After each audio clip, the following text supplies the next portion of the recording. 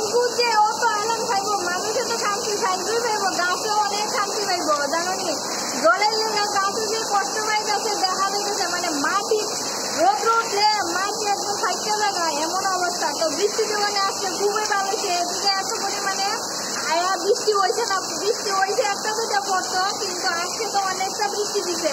তো ফুল গাছের লেগে তো আমার আরো ভালো লাগলো, কারণ আমার ফুল গাছ মানে দিকে খাইলে আমার অনেক কষ্ট লাগে, জলের লেগে অনেক কষ্ট পায়।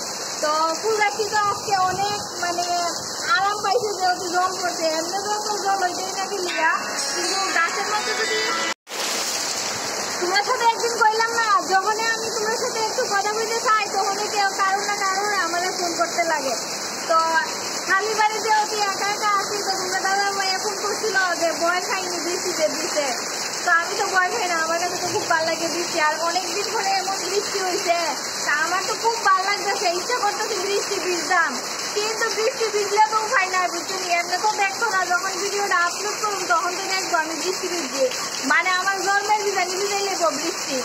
তো যাই হোক, তোমরা কার কার বাড়ির দিকে আর বৃষ্টি হয়েছে, কোন কোন জায়গায় বৃষ্টি হয়েছে অবশ্যই কমেন্টে জানাও।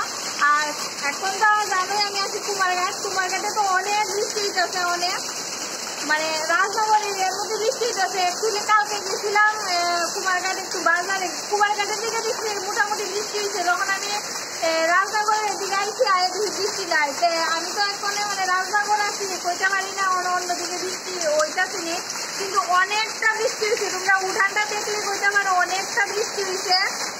তো যাই হোক বন্ধুরা, আজকের ব্লগটা কিন্তু আমি শুরু করছি প্রায় সকাল 8টার দিকে। তো 8টা থেকে শুরু করছি, হঠাৎ ওই বৃষ্টি পড়ে আমার মনে হয়েছে যে এটা ব্লগ শুরু মেরে দিয়ে, এর আগে কিন্তু কাজে আমি অনেক ব্যস্ত। তো যাই হোক, আমি আজকে ব্লগটা যেহেতু শুরু করছি অবশ্যই তোমরা শেয়ার করবো অনেক কিছু, তোমরা ভিডিওটা দেখো। আর বৃষ্টিটা তো মানে বৃষ্টি কিনা বলে আমি তো বৃষ্টি জ্বরতে হচ্ছে, বৃষ্টির জ্বর মানে কত ভালো লাগতেছে, জ্বরতে জানি বৃষ্টি খুব ভালো লাগতেছে। তো যাই হোক বন্ধুরা, দেখতে থাকো ভিডিওটা, কেমন লাগে অবশ্যই কিন্তু কমেন্টে জানাইও।